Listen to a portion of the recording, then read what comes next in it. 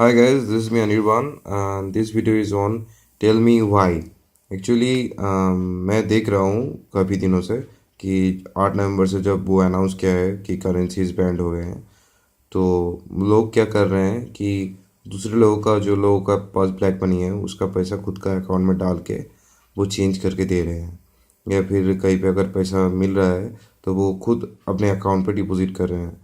So there is only one, two, and 3 points regarding this issues.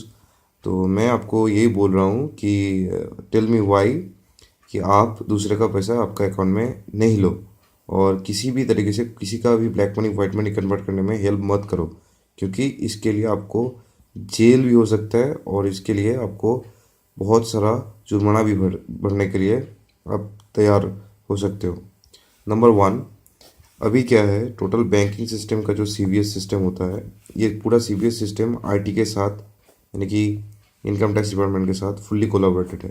And regarding this, अगर आपका accounts है, कोई भी अकाउंट हो, ज़ीरो बैलेंस हो, डॉर्मेंट हो, या फिर आपका सीसी अकाउंट हो, कोई भी हो, जैसे ही आप 50,000 के ऊपर एक वीक में ट्रांजेक्शन करते हो या फिर 2 वीक में ट्रांजेक्शन करते हो जब से अनाउंस हुआ है, उसी वक्त आपका वो अकाउंट का पूरा डिटेल इनकम टैक्स के पास चला जाएगा.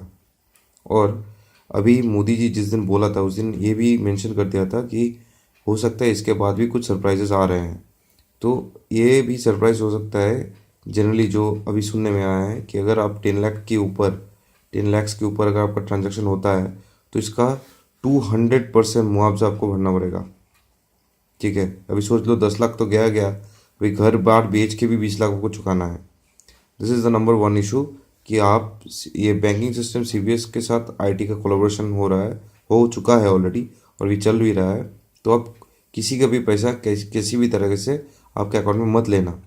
सेकंड चीज़ ये है कि आप जैसे ही दूसरे का जो ब्लैक मनी है इसको आप कन्वर्ट करते हो तो क्या होता है, हम लोग का वर्ल्ड बैंक के पास 17 लाख करोड़ रुपीस का जो लोन है, इसमें से इसका लोन इंक्रीज कर जाता है. कैसे? अभी आप पूछोगे कि कैसे, अब मैं दूसरे का ब्लैक मनी कन्वर्ट किया तो इसका लोन इंक्रीज कर किया. अगर ये ब्लैक मनी गवर्नमेंट के पास पकड़ा जाता तो ये गवर्नमेंट का रेवेन्यू में आ जाता. ठीक है, तो ये रेवेन्यू में आ गया तो गवर्नमेंट इसको दूसरा कोई डेवलपमेंट प्लान में लगा के इसको वो पैसा मार्केट में घुमा के थोड़ा प्रॉफिट करके यहाँ ब्लैक मनी, यहाँ पे जो ब्लैक मनी होते हैं उनको यूज़ करके जो हम लोगों का लोन है वर्ल्ड बैंक में उसको थोड़ा तो भर सकता ही था.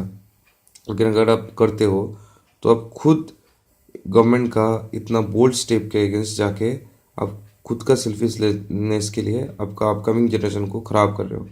तो ये आप मत करो. किसी का भी ब्लैक मनी हो तो उसको छोड़ दो कि वो खुद का पैसा लेके खुद डूब मरे. ठीक है.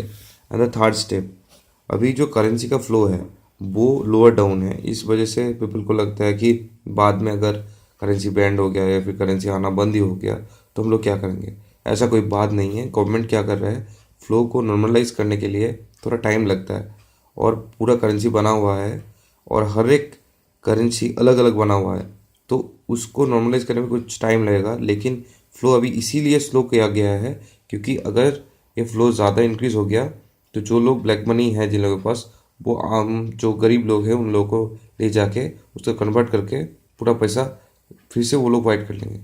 जैसे कि ऐसा ना हो, इसी वजह से वो लोग अभी जो करेंसी का फ़्लो है उसको स्लो डाउन कर दिए हैं. तो मैं आपसे रिक्वेस्ट कर रहा हूँ कि किसी भी तरीके से किसी का भी पैसा आपके अकाउंट में मत डालना.